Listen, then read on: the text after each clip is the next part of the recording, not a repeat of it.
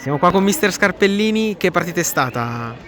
Beh, è stata una partita molto intensa, sicuramente non è stata la stessa del ritorno di campionato. Le nostre ragazze devo dire che sono state brave ad aggredirle, a non lasciargli tanti spazi, poi probabilmente l'individualità del Palazzolo è venuta fuori, però sono molto soddisfatta e ci tenevamo a chiudere almeno con una partita di grande spessore, l'abbiamo fatto.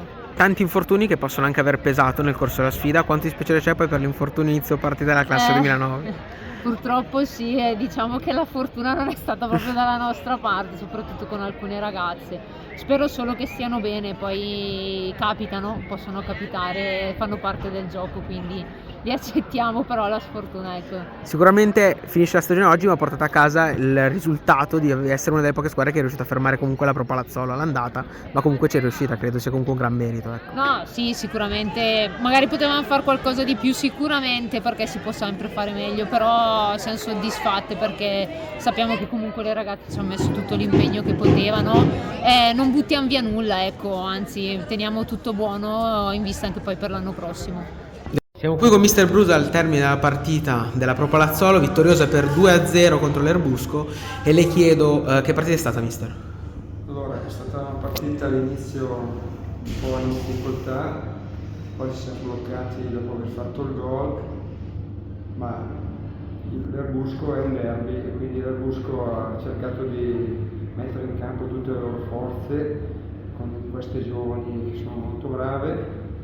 Noi siamo un po' stanchi da partite dopo il Como, Mantova, e quindi abbiamo pagato anche un po' da un punto di vista atletico e anche da un punto di vista mentale.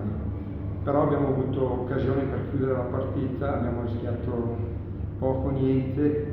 Devo dire un grazie a queste ragazze che stanno mettendo l'anima, il cuore, la testa per poter arrivare a giocarci la semifinale di Coppa. Serna in grande spolvero quest'oggi, commento sulla sua prestazione. Il grande spolvero è l'unica che non ha giocato con il Mantova, e oltre anche a rilascio, e quindi si è un po' riposata e è stata come al solito una delle nostre armi vincenti. Però io devo dire un grazie a tutta la squadra, perché è la squadra che ha dato tanto e tanta fiducia a tutti. E le chiedo quanto è bello vedere una squadra che, nonostante abbia raggiunto poi quello che era l'obiettivo principale, continua a dare tutto quello che ha sul campo da gioco anche in questo secondo traguardo. È un secondo traguardo, è un secondo campionato, noi ci teniamo tanto, la società e il Presidente ci tiene tanto a questa Coppa, abbiamo una rosa ampia per poter fare bene. Vediamo giovedì a Crema se riusciamo a passare il turno, e poi se riusciamo a passare il turno ci troveremo in semifinale probabilmente con la Dovereso, e quindi un'altra battaglia. Ormai sono tutte battaglie, e vediamo giovedì il campo del Crema è molto piccolo e quindi dovremo un po' adeguarci alla situazione del campo. Grazie al mister per le dichiarazioni a fine partita.